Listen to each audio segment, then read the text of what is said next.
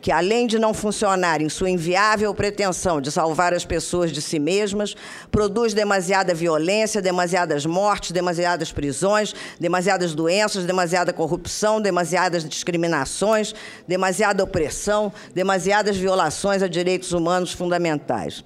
É preciso legalizar a produção, o comércio e o consumo de todas as drogas, para assim pôr fim ao mercado ilegal e devolver ao Estado o poder de regular, limitar, controlar, fiscalizar e taxar tais atividades, da mesma forma que o faz em relação às drogas já lícitas, como o álcool e o tabaco. É preciso legalizar a produção, o comércio e o consumo de todas as drogas e, assim, instituir formas racionais de regulação e controle, verdadeiramente compromissadas com a promoção da saúde e respeitosas da dignidade e do bem-estar de todos os indivíduos. Agradeço mais uma vez a oportunidade de falar aqui. Agradeço a doutora Maria Lúcia Caram, diretora da LIP, Law Enforcement Against Prohibition. Parabéns pela sua participação. Eu quero registrar que a doutora Analice de Paula precisa se ausentar. Só meio-dia e 15. Meio-dia e 15 está bom horário. 10h30 ainda, ela tem bastante tempo. Obrigada. Nós recebemos mais de 150 comentários e perguntas de internautas que estão acompanhando os trabalhos desta comissão, os debates que aqui estão sendo travados, os esclarecimentos que estão sendo prestados pelos especialistas e pelas especialistas. Será, pelo tempo que nós temos, impossível relacionar todas as perguntas e comentários.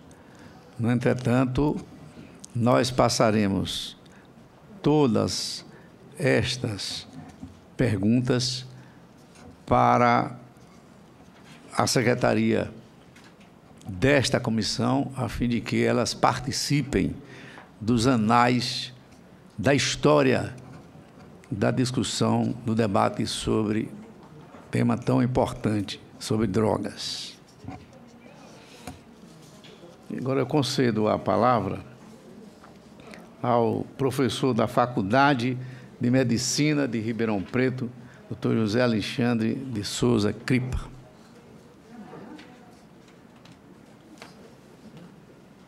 Bom, primeiramente eu... Obrigado. Pronto. Agora está ligado tanto o microfone como eu. Bom, primeiramente eu gostaria muito de agradecer a essa casa pelo convite. Eu gostaria de agradecer também em nome da Universidade de São Paulo por estar me permitindo participar aqui dessa audiência pública. Também em nome da International Cannabinoid Research Society, da qual eu sou membro, e eu também sou professor honorário do King's College em Londres, onde eu também trabalhei e atuo ainda em colaboração com trabalhos relacionados com canabinoides. Também gostaria de agradecer imensamente ao senador Antônio Valadares pelo convite, pela indicação do meu nome de estar aqui, registrando que o senador Valadares é químico e é formado em Direito, ou seja, muitas das coisas que eu vou falar aqui tem a ver com química e tem a ver com Direito. Registrar também a honra de estar com o senador Cristóvão Buarque, que, assim como eu, é um professor universitário e foi reitor do UNB.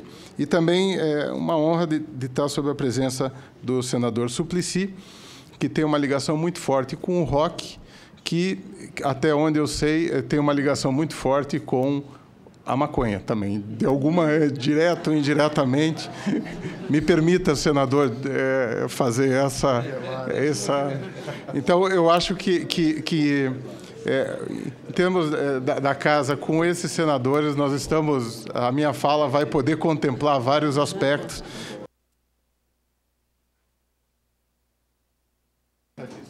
Professor, o senador Cristóvão Buarque, atualmente, ele é o relator de uma proposta de iniciativa popular que está tramitando no Senado sobre a regulação do uso da maconha. Ele vai ter a oportunidade de falar não só aqui, como também de fazer outras audiências públicas a respeito deste assunto. Agradeço, senador, a sua presença. Eu tenho ciência disso. E tenho ciência disso, e alguém do meio universitário liderar isso realmente, além do cunho político, acho que é de extrema importância. Bom, eu vou falar sobre os efeitos da maconha, que é a parte onde eu mais trabalho, colocando especialmente a questão da ideologia versus ciência. Esse aqui é um livro que eu, juntamente com o professor Antônio Zuardi e o professor Francisco Guimarães, publicamos, em que, na capa, ela mostra uma parte clara, branca, benéfica da maconha, e na parte inferior, uma parte escura, talvez da parte dos aspectos ruins ligados a essa substância. Inicialmente, eu gostaria de falar a respeito do que é a planta cannabis sativa. A planta cannabis sativa ela possui mais do que 400 substâncias, sendo que 80 delas são substâncias que têm efeito psicoativo. De modo particular, 2 delas, o canabidiol, que eu vou falar mais profundamente, e o THC, são os principais componentes da planta cannabis sativa. E, por incrível que pareça, elas têm estruturas químicas muito semelhantes, mas têm efeitos extremamente opostos. Ela foi descoberta em 1964, um ano importante para a ciência, e, ao mesmo tempo, um ano marcante para o nosso país, pelo professor Rafael Meshulam, da Universidade Hebraica de Israel. O canabidiol, ele é um componente natural da planta cannabis, ele é desprovido dos efeitos psicológicos típicos do THC, ele não dá barato, ele não tem efeitos psicoativos nenhum deles, e há evidências de nosso grupo e de outros grupos, como o do professor Renato, que está presente aqui, com efeitos anti-inflamatório, analgésico, antináusea, antipsicótico, neuroprotetor, ansiolítico e anticonvulsivante, que eu vou falar um pouquinho mais adiante. E há um estudo promissor, já antigo, que mostra o antagonismo do efeito do THC quando dado com o canabidiol. Ou seja, o canabidiol ele tem efeitos opostos do THC. Ele não dá barato e tem efeitos protetores dos efeitos negativos do THC. Ou seja, é o primo careta dos canabinoides. Bom, se vocês não sabem, o Brasil é um dos líderes na pesquisa de canabinoides. Esse senhor é o professor Antônio Valdo Zuardi, foi meu orientador. Ele começou uma linha de pesquisa imensa, inicialmente na década de 70 na Unifesp e a partir da década de 80 na USP de Ribeirão Preto, em que ele foi o primeiro a mostrar que o canabidiol ele diminui sintomas de esquizofrenia, atua como um antipsicótico. Depois, já eu participando do grupo, ampliamos com ensaio com o maior número de pacientes, mesmo em pacientes que não respondiam aos antipsicóticos tradicionais. Depois, em uma série de estudos de outros grupos, mas a maioria dos nossos grupos, nós mostramos que o canabidiol tem o efeito de diminuir a ansiedade. Ao contrário do THC, que em doses altas pode induzir sintomas de ansiedade, inclusive, por exemplo, induzindo ataques de pânico. E com uma vantagem incrível, ele apresenta efeitos ansiolíticos sem causar dependência ou tolerância, coisa que acontece, por exemplo, com os benzodiazepínicos, que são as principais classes consumidas no país para essas condições. Há aproximadamente 2 anos atrás, nós publicamos um caso de uma paciente, já havia evidências em animais, dependente de maconha. Dependência de maconha existe, isso é uma condição que ocorre, e que essa paciente apresentava sintomas de abstinência de maconha, muito graves. Ela usava entre 8 a 12 cigarros por dia, gastava todo o salário dela comprando maconha, tinha problemas na escola, na vida pessoal dela de uma maneira muito intensa. Essa paciente foi internada e recebeu ao longo de 11 dias o canabidiol. E, para nossa surpresa, ela tratou sintomas de abstinência da maconha na dependência desta droga. Esse achado, esse estudo, ele foi motivo de uma entrevista na revista Nature, que é a revista mais importante do mundo em termos de ciência. Nos entrevistaram a respeito disso, dada a preocupação da ausência de tratamentos farmacológicos eficazes para a dependência de maconha. Outros estudos em várias outras condições do nosso grupo mereceram destaque no mundo inteiro, como o uso do canabidiol para o Parkinson, para tratar quadros de ansiedade clínica. Nós fomos os primeiros no mundo a publicar o efeito ansiolítico na ansiedade patológica. E, no escopo desse Instituto Nacional de Ciência e Tecnologia, apoiado pelo CNPq, da qual eu sou o vice-coordenador, o coordenador é o professor Flávio Kapczynski, que atualmente está em Houston, no Texas, publicamos diversos estudos, na verdade foram 46, mostrando efeitos do canabidiol que varia desde a esquizofrenia, passando por meningite, por sepsis, por inflamação pulmonar, entre várias e várias outras coisas. Diabetes, transtorno do pânico, entre várias e várias outras condições, inclusive alterações de memória, etc. Bom, além disso, outras indicações existem, algumas delas nós demonstramos, como efeito para diabetes, esclerose múltipla, depressão, já foi visto em animais, estamos estudando agora em humanos, para Alzheimer, artrite reumatoide, câncer, neuroblastoma, distúrbio do sono. Essa semana está para sair um estudo nosso para pessoas com uma condição que não existe tratamento farmacológico em transtornos do sono, além de diversas outras condições. Na década de 80, começo da década de 80, o professor Rafael Mechoulam, que eu mostrei para os senhores, indicado para o Nobel atualmente, deve ganhar o Nobel pelas pesquisas dele, eu vou falar um pouquinho mais dele daqui a pouco. Ele, junto com o professor Carlini, na Unifesp, foram os primeiros a mostrar no mundo o efeito anticonvulsivante do canabidiol. Num estudo pequeno, sem registro com eletroencefalograma, mas um estudo bem importante, foi o pioneiro nessa área. Além disso, eles já haviam mostrado em animais esse mesmo efeito. Em 2009, o professor Rafael Mechoulam, num artigo, ele comenta, lembra, foi 1980, aqui estamos 2009. Ninguém fez nenhum trabalho sobre o canabidiol na epilepsia clínica, e eu gostaria de saber o porquê. Bom, em 2001, recebemos um contato do professor Rafael Mechoulam, um e-mail, propondo uma colaboração. Hoje ele tem 85, 86 anos, ele fugiu da Segunda Guerra Mundial, ele morava na Bulgária, propondo uma parceria entre o grupo dele e o nosso grupo. E assim, começamos vários estudos que estão em andamento, alguns deles, inclusive esse em animais, que está para ser publicado numa revista de altíssimo impacto, mostrando o efeito do canabidiol sobre a epilepsia. E mais, a epilepsia ela é uma condição que danifica o cérebro. E o canabidiol ele preveniu, através de técnicas imunohistológica e patológica, ela preveniu o dano no cérebro dos animais.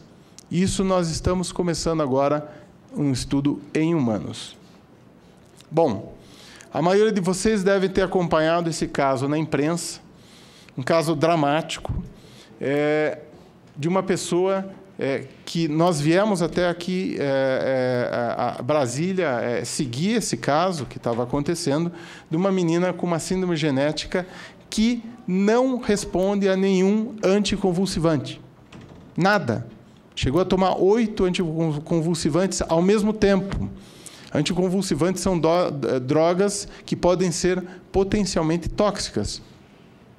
E ela, vindo alguns trabalhos nossos e alguns trabalhos em redes sociais, ela resolveu importar de maneira ilegal o canabidiol, porque o canabidiol, por incrível que pareça, apesar de ele não causar nenhum efeito, tem um perfil de segurança muito, muito grande, eu posso garantir para os senhores, numa revisão nossa de 2011, publicada numa revista chamada Current Drug Safety, revisamos 119 trabalhos, além dos estudos nossos estudos usaram as maiores doses que vocês possam imaginar em humanos do canabidiol. Nós viemos seguir esse caso. E registramos os números de crises delas. Antes de tomar o canabidiol, ela chegou a ter 80 crises por dia. Eu fui na casa dessa menina. Eu estou mostrando o rosto dela porque ela já se demonstrou publicamente. Senão, obviamente, por questões éticas, eu não mostraria nem a mãe, nem a filha, obviamente. Após ela começar a usar o canabidiol, que ela importou ilegalmente, na 9ª semana, ela partiu de 80 crises convulsivas para 0. E, nesse período que eu estou mostrando aqui, ela não conseguiu importar mais. Ficou retida da Anvisa. O que aconteceu? Ela voltou a ter crise em 1 semana. Então, imagine o drama de uma mãe passando por uma situação dessa. Bom, logo depois ela conseguiu novamente importar, ilegalmente. Eu vou ter que me estender, senhor senador, se o senhor me permitir. E ela voltou a usar esse composto e voltou a 0 do número de crises convulsivas. Bom, isso foi alvo de um documentário, apareceu no Fantástico. Nós fornecemos toda a informação a respeito do que é o canabidiol, das nossas pesquisas. Nós temos 94 estudos a respeito do canabidiol publicados em revistas internacionais.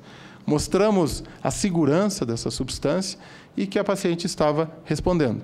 E que o canabidiol não era maconha. São coisas distintas. Bom, e em 3 dias, algo que a gente tentava há 3 anos, nessa data, dia 3/4, pela primeira vez no Brasil, uma paciente, é o caso 0, conseguiu uma liminar para usar e importar um medicamento derivado da cannabis sativa, 9-científico da maconha. Bom, quais são os canabinoides medicinais que existem fora do país?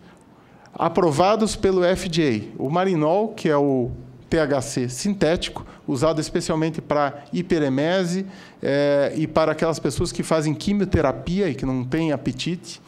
E o Sativex, de uma empresa inglesa, que mistura o canabidiol com o THC usado para esclerose múltipla.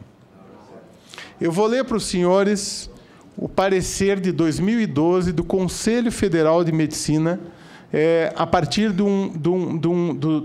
uma consulta feita pela Agência Nacional, pela Anvisa. O uso assistencial de fármaco ainda experimental é possível em situações de extrema necessidade, visando ao bem individual ou coletivo e respeitando-se, obviamente, as prescrições éticas e legais. Claro que isso tem uma tramitação burocrática, tanto pelo Conselho Federal de Medicina, pelo CEP e pela própria Anvisa. E vou ler do dia 4, lembram? Aquela reportagem do dia 3, eu vou ler o que foi colocado pela Anvisa no dia 4. Medicamentos sem registro no Brasil podem ser importados por pessoa física.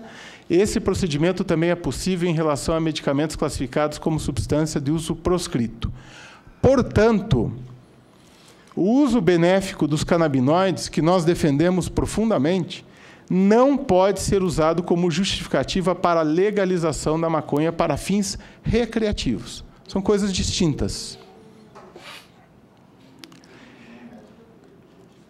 nessa data, dia 27 de abril de 2014, eu fui convidado pelo Estadão para escrever um artigo cujo título foi esse: A Erva Equilibrista foi passado por várias redes sociais. Eu quero usar isso para levantar o meu argumento. Bom, acho que a maioria de vocês sabem, lembram o que estavam fazendo nessa data, no dia 11 de setembro de 2001, por ocasião dos ataques às Torres Gêmeas no World Trade Center. O que muitos de vocês talvez não conheçam é que, no dia 7 de agosto de 1974, um equilibrista francês, ilegalmente, ele conseguiu estender uma corda, um arame, entre as duas torres gêmeas e atravessou as duas torres por 45 minutos, 8 vezes, sem nenhum cabo de segurança, usando apenas uma vara de 8 metros. E ele sentava, ele ficava em pé. Imagine o vento que batia e imagine a altura disso, quase 500 metros. Bom, olhando esse cenário, a gente pode imaginar, bom, ficar num escritório pode ser muito perigoso, mas atravessar duas torres gêmeas pode ser muito seguro. A gente sabe que não é bem assim. A mesma coisa em relação à maconha. Usar a maconha, alguém pode falar, bom, eu usei maconha e não tive problema. Mas e vice-versa. Mas a gente sabe que não é bem assim. Por isso, a ciência é muito importante entrar nesse debate, nessa questão. Existe um estudo sueco importantíssimo, é o maior estudo nessa área, com 50 mil sujeitos, que avaliaram 50 mil sujeitos por 35 anos. Qual foi a conclusão desse estudo? Estudo extremamente controlado. Ele mostra que o uso da cannabis, ela pode aumentar em 370 vezes a chance de desenvolver esquizofrenia, que é uma doença grave e que não tem cura. Depois disso, vários estudos prospectivos em vários países repetiram isso. E um estudo chamado meta-análise, que combina vários e vários estudos, através de técnicas estatísticas, continuaram reproduzindo esses achados. Qual o impacto dessa relação? Sem o uso de maconha, a esquizofrenia, a prevalência é 0,6%. Com o uso de esquizofrenia, aumenta para 1,4%. Em termos de saúde pública, para um país com 200 milhões de habitantes, isso é gigantesco. Isso é importante as pessoas terem ciência.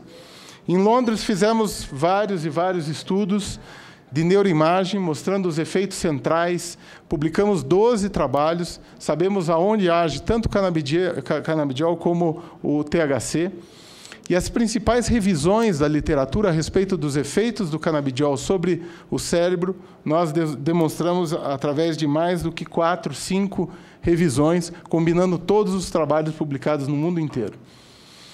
Esse aqui é um artigo que está no Prelo, vai sair agora numa revista do grupo Nature, mostrando as alterações na estrutura do cérebro, especialmente nos adolescentes,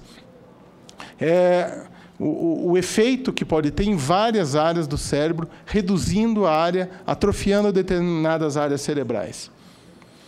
As conclusões desses trabalhos e das nossas revisões, eu vou ler claramente, isso é consenso mundial na literatura. O uso crônico e de longo prazo,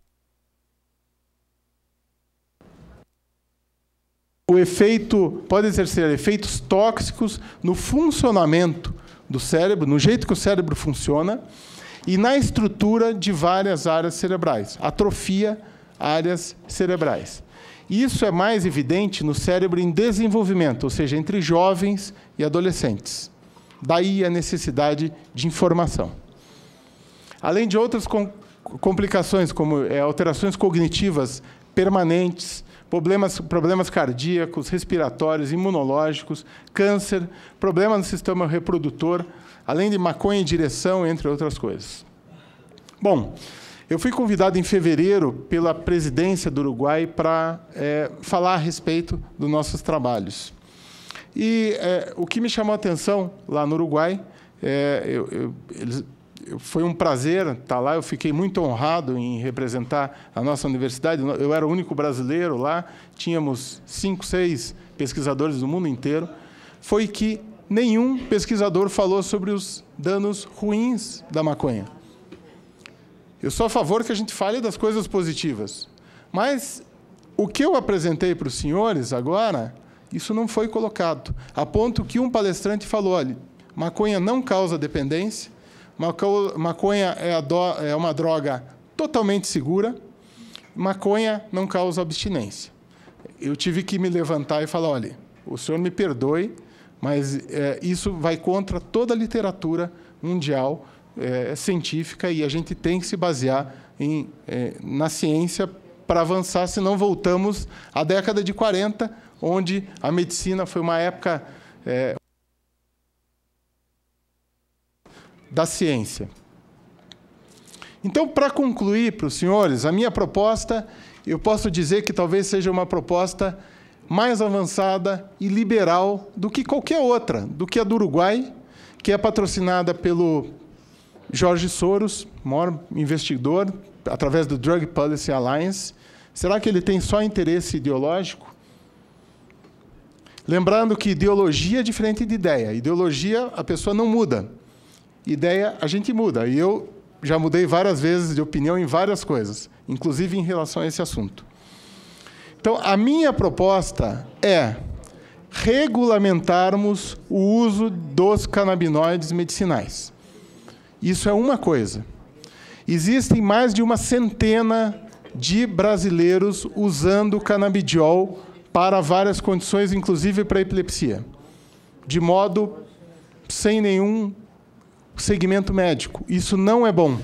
O Conselho Federal de Medicina deve emitir uma nota, espero que seja uma nota muito proativa, que possa agregar e acolher essas pessoas. E a segunda proposta que eu faço, terminando, senhor presidente, é que é necessário, sim, o debate. Eu acho que nós temos que debater. Eu acho que as pessoas não têm que estar lá no fundo. Eu acho que vocês têm que estar aqui na frente. Temos que estar juntos debatendo. Essa aqui é a minha proposta. Mas, antes do debate, o que eu proponho é que haja, com ampla participação da sociedade, juízes, usuários, o poder político, os cientistas, os médicos, os psiquiatras que vêm esses países. Precisamos fornecer prevenção e informação clara, sem alarmismo, baseada em evidências científicas sobre as possíveis complicações. A minha opinião é a seguinte: se só existe liberdade se nós tivermos conhecimento. Eu imagino que muitas das coisas que eu falei aqui, os senhores não sabiam. Imagine a grande população aqui fora. E, por fim, garantir o tratamento hoje, que a gente sabe que não ocorre, hoje, daqueles que apresentam os problemas com o uso da maconha. Eu duvido que exista um país que tenha essa proposta. E essa é a minha proposta para ser feita a partir de agora. Muitíssimo obrigado. Obrigado, professor José Alexandre de Souza Cripa. Agora passa a palavra ao juiz de Direito do Tribunal de Justiça de São Paulo, doutor José Henrique Torres.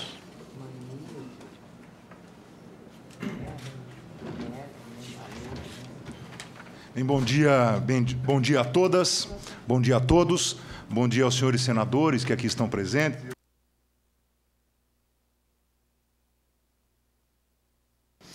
Me fez para estar participando hoje aqui desta audiência pública de uma comissão de Constituição e Justiça, né, Justiça e Cidadania. Portanto, exatamente aproveitando o tema dessa comissão, eu me sinto na obrigação de dizer aos senhores senadores, a todos os presentes, de dizer o porquê.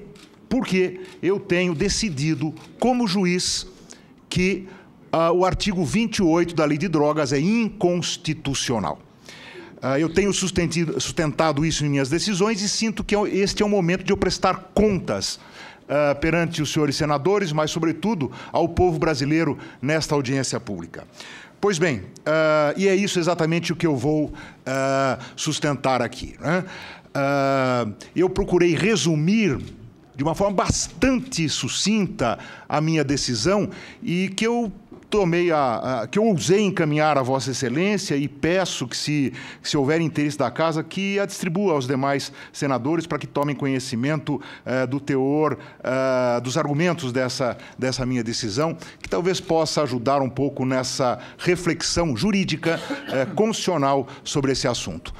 Mas antes eu preciso lembrar algo que é extremamente importante, que nós não podemos nos esquecer. Recentemente, a Corte Constitucional da Argentina deu uma decisão declarando inconstitucional a criminalização do porte de drogas para consumo pessoal, com base nos instrumentos de garantia dos direitos humanos, os mesmos instrumentos que têm vigência no Brasil. E não é só. Também a Corte Constitucional colombiana, em recente decisão, também decidiu que a criminalização do porte de drogas para uso pessoal é inconstitucional, baseando a sua decisão também em princípios de direitos humanos, os mesmos princípios que têm vigência no Brasil. Portanto, é extremamente importante nós olharmos para essas decisões dessas cortes constitucionais. Essas decisões que invocam em suas decisões o sistema de proteção de direitos humanos e traz toda a questão das drogas e do consumo para o âmbito dos direitos humanos. E é exatamente nesse aspecto que está inserido a nova política de drogas do Uruguai.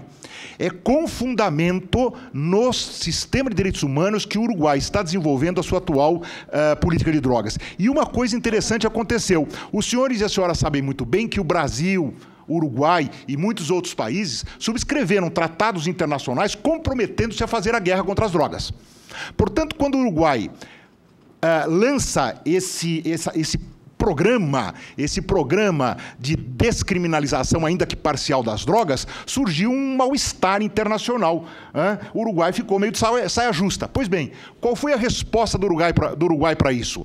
Estamos fazendo isso com base nos tratados internacionais de direitos humanos que determinam a superioridade dos direitos humanos sobre os demais tratados. Pois bem, em 2013, a OEA se reúne em Antígua, na Guatemala, na sua Assembleia Geral. E eu tive a imensa honra de participar dessa Assembleia e dos debates que lá foram realizados. E qual foi a conclusão da Assembleia subscrita pelo Brasil? Declaração subscrita pelo Brasil.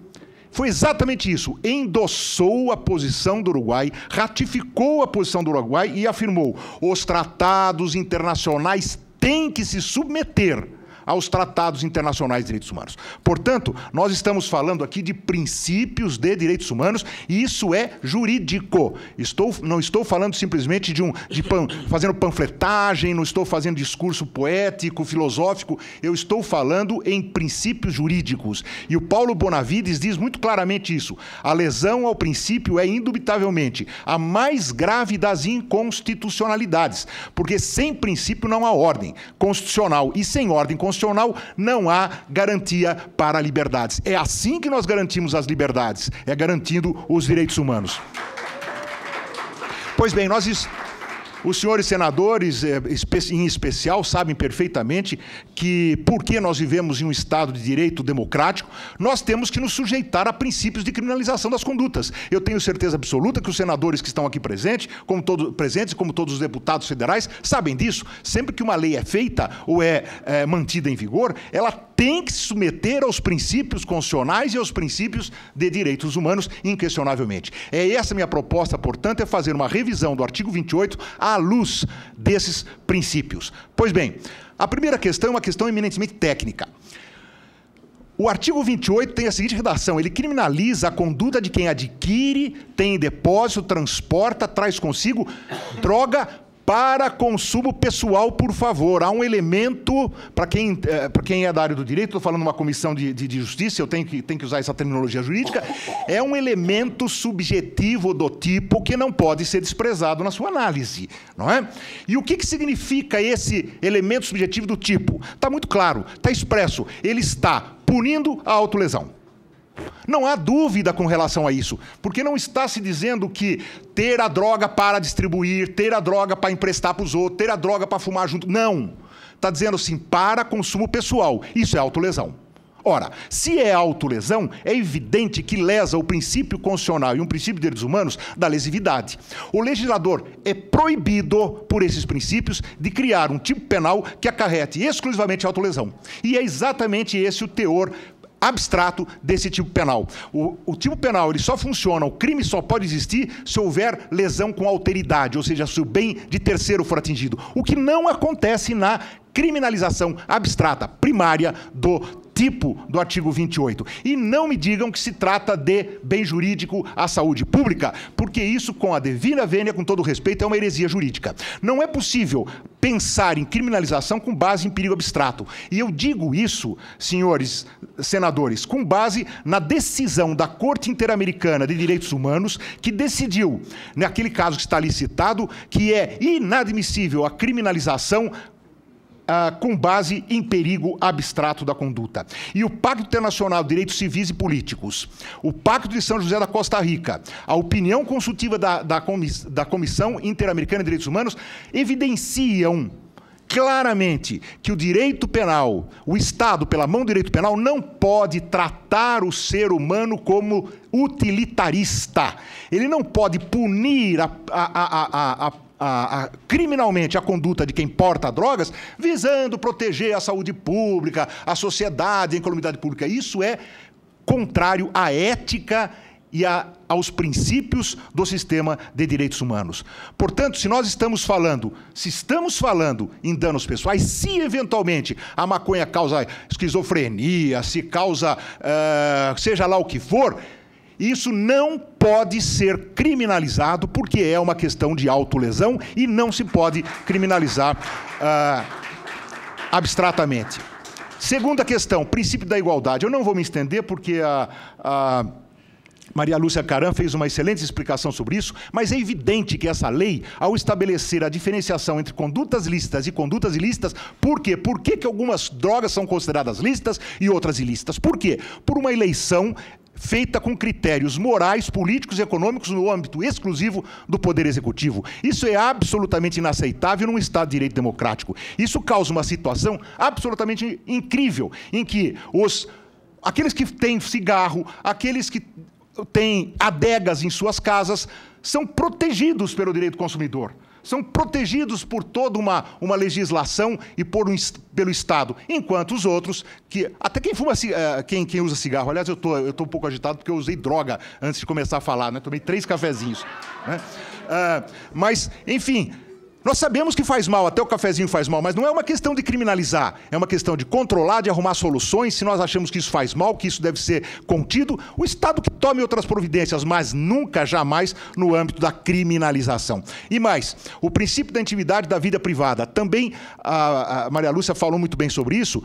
Não é possível admitir, em termos de criminalização, essa confusão entre o direito e a moral. O Estado não pode estabelecer pelo sistema criminal, pelo sistema penal, pautas de comportamento moral e eleger condutas e impor condutas morais aos cidadãos. O que acontece é que é inadmissível a intervenção estatal de índole repressiva de caráter penal no âmbito das opções individuais. Quarto princípio violado, o princípio do respeito à diferença e à dignidade humana.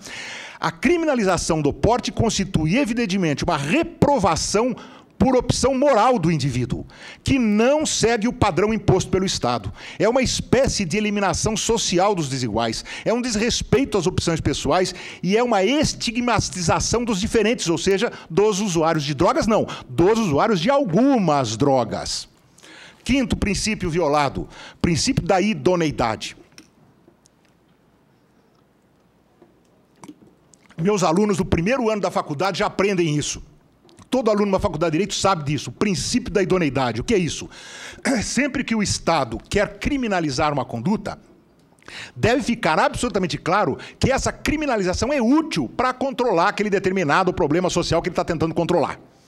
Então, tem que ser idônea, tem que ser útil. E nós sabemos muito bem, eu não vou me estender mais sobre isso, mas nós sabemos que nós gastamos milhões, bilhões, uma fortuna do dinheiro público nessa guerra contra as drogas, que nós estamos aprisionando, e eu sou juiz e eu falo disso, nós juízes estamos encarcerando milhares, centenas de milhares de pessoas nesse país em razão da questão das drogas. Ou seja, gastamos fortuna, prendemos milhões de pessoas e o que acontece? Todas as atitudes são absolutamente pífias, ineficazes, inúteis. O preço continua caindo, o consumo continua aumentando e a criminalização, portanto, por ser inútil e ineficaz, viola constitucionalmente o princípio da idoneidade. Portanto, o que nós estamos fazendo com a criminalização da droga é mantendo essa criminalização de forma exclusivamente simbólica. E um Estado de Direito democrático que respeita a dignidade da pessoa não se deve criminalizar qualquer conduta para fazer crer que, em razão da adoção dessa medida no plano formal legislativo, foi solucionado o problema que se pretendia arrostar. Na realidade, como diz o Alessandro Barata, o Estado, sob o pretexto de cumprir o dever de prestar proteção, está, na verdade, de forma simbólica, sobrepondo a política criminal à política social, ou, em outras palavras, está criminalizando a política social. Sexto princípio violado, princípio da racionalidade. No processo de criminalização devem ser considerados os benefícios e os custos sociais causados pela adoção da medida proibicionista. Nós temos que medir os custos e benefícios. E está claríssimo que a criminalização tem produzido muito mais danos do que benefícios. Aliás, ela causa muito mais danos e morte do que as próprias drogas acabam acarretando. Isso constitui uma violação ao princípio da racionalidade. Aliás, um jurista português, Jorge Figueiredo Dias, observa isso com muita propriedade e afirma o seguinte: a criminalização, desculpe-me por fazer essa citação, mas é importante, a criminalização do uso de drogas apenas tem estimulado o aparecimento de subculturas de legitimação e apoio e sistemas organizacionais para o exercício das solidariedades necessárias à obtenção da droga no mercado negro, para a resistência à autoridade e para a eventual exploração do comércio ilícito. Senhores, senhoras, por gentileza, não nos esqueçamos, com a criminalização das drogas, os níveis de consumo continuam se expandindo, a elevadíssimo custo humano, ameaças às instituições democráticas acontecem, um aumento do crime organizado ligado ao narcotráfico, ao controle do mercado e território por parte dos grupos criminosos, aumento do crime organizado ligado ao narcotráfico e ao controle de mercados, o crescimento da violência, que é causada pela própria criminalização, infiltração do crime organizado nas instituições democráticas e corrupção dos funcionários públicos, do sistema judiciário, dos governos, do sistema político e particularmente de forças policiais encarregadas de manter a lei e a ordem. Por fim, é por isso que essa grande jurista, Maria Fernanda Palma, afirma o seguinte, que onde for absolutamente irrelevante ou criminógena a tutela penal, apesar da dignidade punitiva de certa conduta, o Estado deve abster-se de criminalizar. Sétimo e último princípio violado, princípio da subsidiariedade. Todos sabem, todo estudante de direito do seu primeiro ano aprende isso. De acordo com o princípio, Vossa Excelência me permite mais alguns minutinhos para concluir?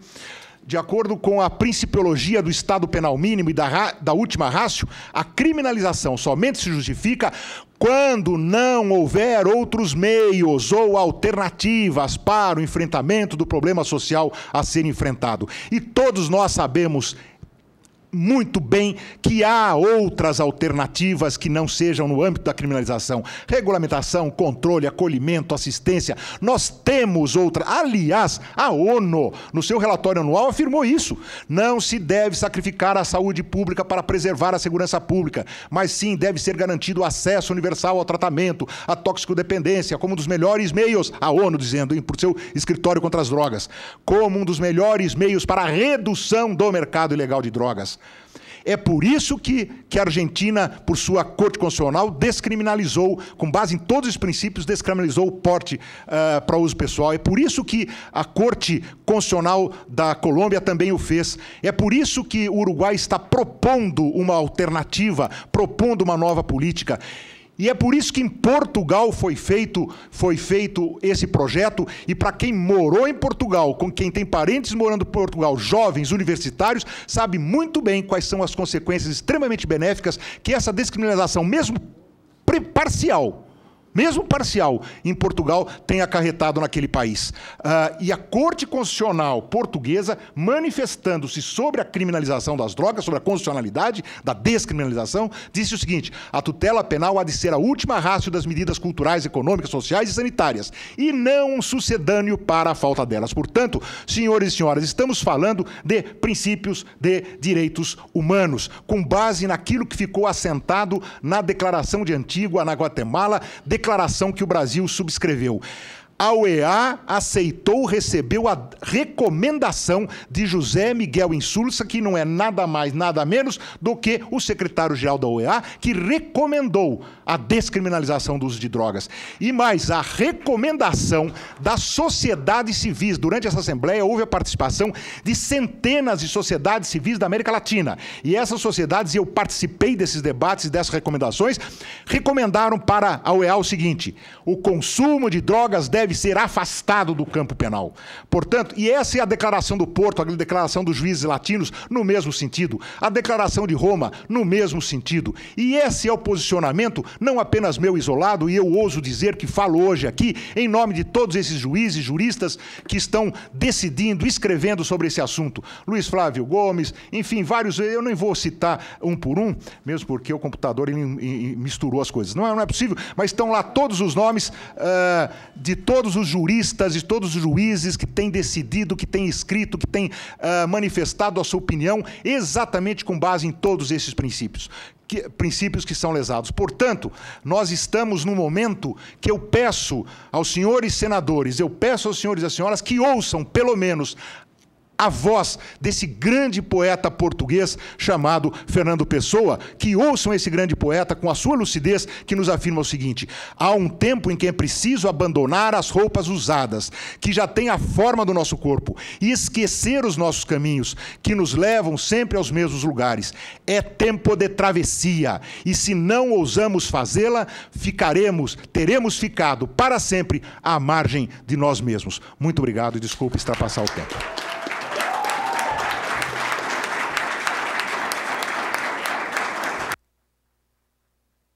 Agradeço as palavras e os esclarecimentos contundentes que foram aqui prestados pelo Dr. José Alexandre, digo melhor, pelo Dr. José Henrique Torres, juiz de Direito do Tribunal de Justiça de São Paulo. Agora eu passo a palavra ao Dr. Renato Malcher Lopes, neurocientista e professor adjunto do Departamento de Ciências Fisiológicas da Universidade de Brasília. Alô? Bom dia a todos. É uma honra ter sido convidado, ter a oportunidade de trocar ideias aqui, conhecer pessoalmente pessoas que eu admiro muito e avançar no sentido de esclarecer questões dentro da minha alçada do conhecimento, que certamente envolve uma perspectiva também como cidadão, mas eu sou da linha de pesquisa, da mesma linha de pesquisa do Dr. Alexandre Kripa. É uma honra especial para mim estar aqui do lado dele, porque é uma referência internacional nesse assunto. E vai ser especialmente interessante poder refutar as coisas que ele falou aqui e mostrar que o problema, um dos grandes problemas da proibição e da estigmatização que é necessária para mantê-la politicamente, foi criar uma tendência de interpretação de resultados na ciência que mais ou menos corrobora a essência do que o Dr. Kripa falou, de que existe uma influência grande, eu não diria de uma visão ideológica, mas de um contexto onde o foco sobre a questão da maconha concentra-se em prestar uma certa sintonia a esse medo de que a maconha faça mal, que é um medo real, mas que não pode seduzir a gente a ponto de desviar o nosso olhar de determinados detalhes da pesquisa, que podem ser interpretadas de maneira diferente, mas que, em geral, acabam caindo no que é o menos agressivo para a expectativa que as pessoas têm, sobretudo porque as acusações que pesam sobre o uso da maconha são graves e as pessoas responsáveis, como o Dr. Kripa,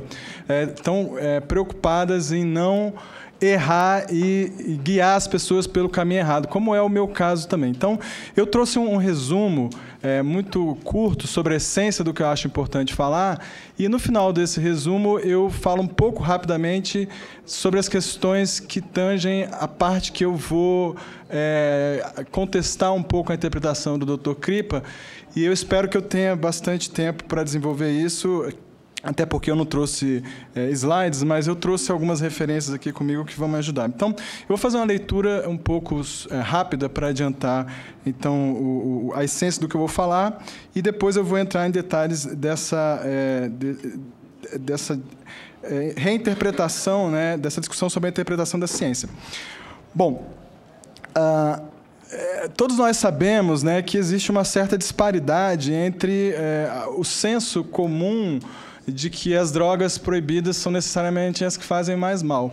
Mas essa discussão ela realmente não é uma discussão tão relevante, porque o fato é que a pior droga é aquela com a qual a pessoa tem problemas, a despeito de a droga ser considerada proscrita ou não. Mas é importante levar em conta que a maioria das pessoas que usam drogas não tem problemas de abuso. E aquelas que têm problemas causados pelo abuso precisam de ajuda e, obviamente, não de punição. Em geral, é importante ressaltar que as pessoas que desenvolvem dependência problemática são pessoas que possuem um histórico de vida sofrido, privada de estrutura familiar e oportunidades, ou são pessoas que sofrem de problemas psiconeuropsiquiátricos subjacentes que encontram na droga, então, uma situação que complica, né, o seu quadro, mas que, na verdade, diferencia ela dos outros usuários, que tornam elas mais propensas a ter esse uso complicador. Nessas pessoas, né, a criminalização do uso simplesmente não inibe o uso, porque essas pessoas, já que elas fazem para aliviar sofrimentos mentais e físicos intensos, imediatos e constantes, não faz diferença criminalizá-las. Porque quando você vê um cara na rua, na miséria, fumando crack ali, o crack não foi a causa da miséria dele. O crack é um anestésico existencial de dores psíquicas e dores físicas. Todas as drogas que causam dependência e abuso são substâncias que aliviam dores físicas e psíquicas, certo? Então, o crack não é a causa da desgraça daquela pessoa. Ele é um remédio mal usado por aquela pessoa. Um remédio que tem uma série de efeitos colaterais, mas não é a causa. Então, o que a gente tem que entender é que aquela pessoa acorda num pesadelo, certo? Quando ela está dormindo, a vida dela é muito melhor do que quando ela acorda. Então, quando ela acorda num pesadelo, a droga é o que ela encontra para aliviar o seu sofrimento. Então, não adianta você criminalizar essa pessoa, certo? Não é isso que vai mudar a situação dela. Então, criminalizá-las amplia esses sofrimentos porque vai estigmatizá-las, por prejudicar a sua autoestima, o que, por conseguinte, amplia a sensação de exclusão, rejeição social e revolta, que são sensações que, obviamente, favorecem a manutenção do abuso da droga e não inibem. Além disso, criminalizar afasta as pessoas do tratamento. Em relação especificamente à maconha, eu vou aqui falar de uma forma sucinta, depois vou pormenorizar em função do que o Dr. Kripa detalhou, mas interpretando de uma forma bem diferente da dele. Em relação especificamente à maconha, os problemas em geral estão associados, sobretudo, à composição da planta, à idade de quem usa e à condição neuropsicológica da pessoa que usa. O excesso de THC e a baixa concentração de canabidiol podem levar a estados de ansiedade e paranoia em qualquer pessoa. Na grande maioria das pessoas, esses efeitos são passageiros e sem maiores consequências. Entretanto, entre adolescentes que possuem histórico familiar de esquizofrenia ou que estejam na fase inicial da doença, quando ela ainda não é diagnosticada, mas já existem sintomas que podem levar a pessoa a usar a droga, esse estado de ansiedade exacerbada causado pelo excesso de THC pode desencadear o surto, e pode ser o primeiro surto da pessoa. Mas é errado dizer que a maconha causa esquizofrenia. Essa possibilidade de desencadear o surto é um problema sério sobre o qual nós temos que atuar, não podemos ignorá-lo, isso é óbvio. Mas as pessoas das quais a gente está falando são pessoas que fazem parte de um grupo de risco. Existe um artigo que eu vou citar aqui daqui a pouco, que foi publicado este ano, de Harvard, que mostra que a associação do uso de maconha com esquizofrenia tem a ver apenas com pessoas que têm histórico de esquizofrenia na família. Não é uma coisa causada pela maconha. É uma tendência que a própria esquizofrenia leva ao uso da maconha, porque a maconha, dependendo da concentração de canabidiol, ela pode aliviar a ansiedade. E, portanto, pessoas na fase prodrômica da doença, que têm ansiedade, podem gostar de usar maconha por causa disso. Então, é comum, é esperável que pessoas que tenham ansiedade usem maconha e sentam alívio de ansiedade, tendam a continuar a usar e fazer até um uso pesado. Quando isso acontece nesses adolescentes, isso é um problema.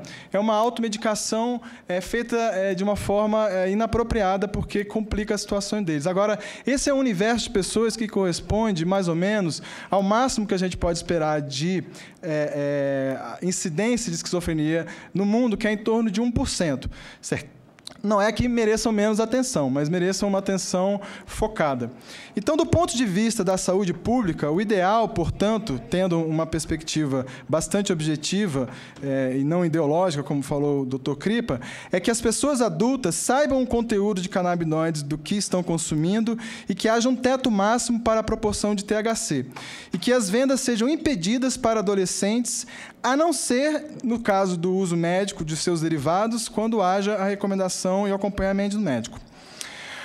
Então, eu quero aqui colocar uma outra coisa, que, para mim, a fala do Dr. Kripa foi um exemplo muito bom de um dos grandes impactos da proibição, que é o prejuízo sobre a ciência, sobre a subjetividade a qual todos nós, cientistas, estamos sujeitos.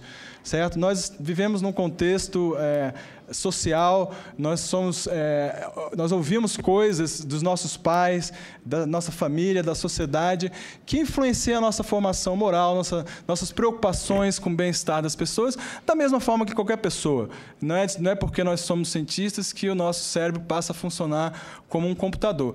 Então, é importante